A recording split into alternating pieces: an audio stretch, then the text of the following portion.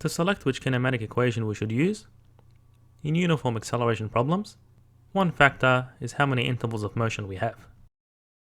So if we consider this elevator, it first accelerates, then it goes at a constant speed, and then it decelerates and goes back to rest. And what we do is draw the origin, so we have a direction, and an initial position of the elevator. And where it starts from rest, we have an initial velocity of 0.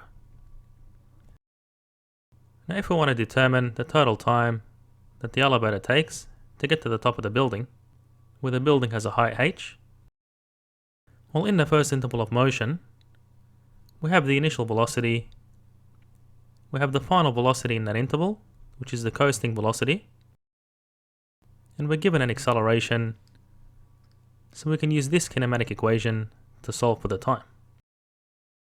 So we'll call this t1 for interval 1.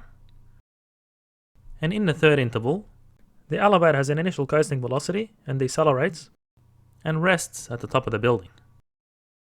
So using symmetry, t3 is equal to t1.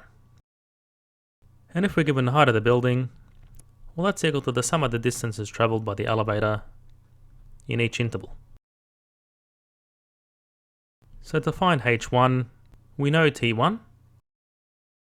Well, we can use this kinematic equation to do that. And then h3 by symmetry is equal to h1. And then you can solve this equation for h2. And then once h2 is known, we can obtain t2 using this equation. And therefore the total time that the elevator takes to travel up the building. So this takes some practice, and we'll look at several problems. Another consideration when we're selecting which kinematic equation to use in a uniform acceleration problem are the number of objects involved in the motion.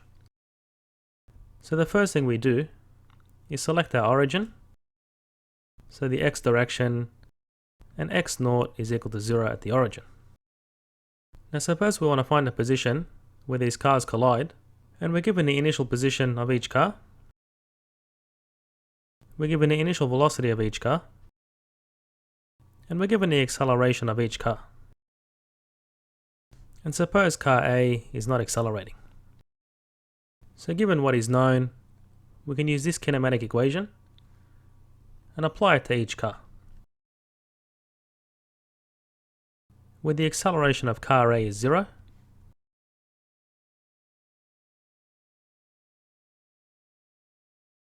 and then you apply a constraint, so the positions must be equal.